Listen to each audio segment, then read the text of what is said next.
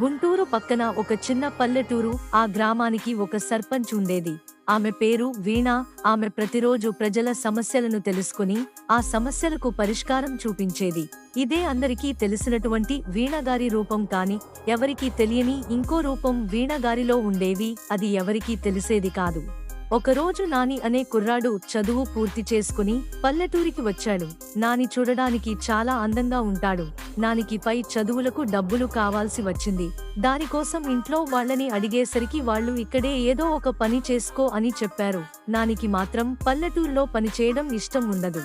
ఎలా అయినా సరే డబ్బులు సంపాదించి పై చదువులకు పట్టణానికి వెళ్ళాలి అని అనుకున్నాడు. అప్పటినుంచి ఊరిలో పనికి వెళ్లేవాడు. డబ్బులు సంపాదించడానికి ఎంత కష్టపడినా అనుకున్న డబ్బులు సంపాదించలేకపోయాడు.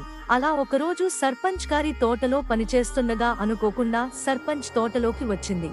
సర్పంచ్ యొక్క అసలైన రూపం ఎప్పుడు బయటపడుతుంది. తోటలో పనిచేసే నానిని చూసి సర్పంచ్ మైమరిచిపోయింది.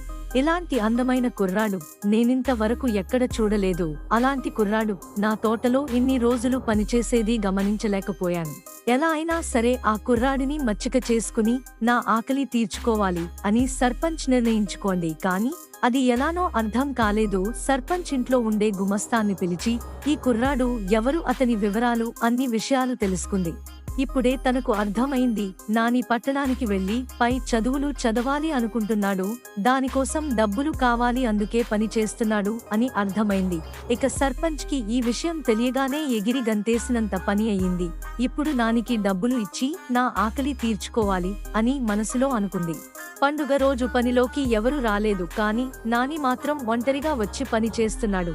ఇది గమనించిన సర్పంచ్ ఇది మంచి అవకాశంగా భావించి నాని దగ్గరికి వెళ్లి అలా ముచ్చట్లు పెట్టింది ఉన్నట్టుండి నాని నీ దగ్గరికి లాక్కుని నేను నీకు కావాల్సిన డబ్బులు ఇస్తాను, నువ్వు నేను చెప్పింది చేయాలి అని అడిగింది. ఇక నాని ఆనందంతో నేను పట్టణానికి వెళ్లి పై చదువులు చదువుకోవచ్చు అని ఎగిరి గంతులేశాడు. అదే రోజు సాయంత్రం సర్పంచ్ వీణ నాని ఇంటికి వెళ్ళింది. తనకున్న అవసరం చెప్పి నానికి కావాల్సిన డబ్బులు అందజేసింది. నాని కూడా అందుకు అంగీకరించాడు. ఇక ఆ రోజు రాత్రి సర్పంచ్ తోట దగ్గర ఉన్న గెస్ట్ హౌస్ కి నానిని పిలుచుకుని పోయి నాని ద్వారా వీణ అన్ని విధాలుగా ఆకలి తీర్చుకోంది. ఇక నాని అయితే ఇలాంటి సంతోషం ఎన్నడూ అనుభవించలేదు. వీణ యొక్క ఆకలిని తీర్చేశాడు. ఇలాంటి మరెన్నో ఇంట్రెస్టింగ్ వీడియోలను చూడడానికి ఇప్పుడే మన ఛానల్ ని సబ్స్క్రైబ్ చేసుకుని పక్కనే ఉన్న బెల్ ఐకాన్ని ఆల్ మీద పెట్టుకోండి. ఈ వీడియో నచ్చినట్లయితే లైక్ చేయండి, షేర్ చేయండి. Thanks for watching.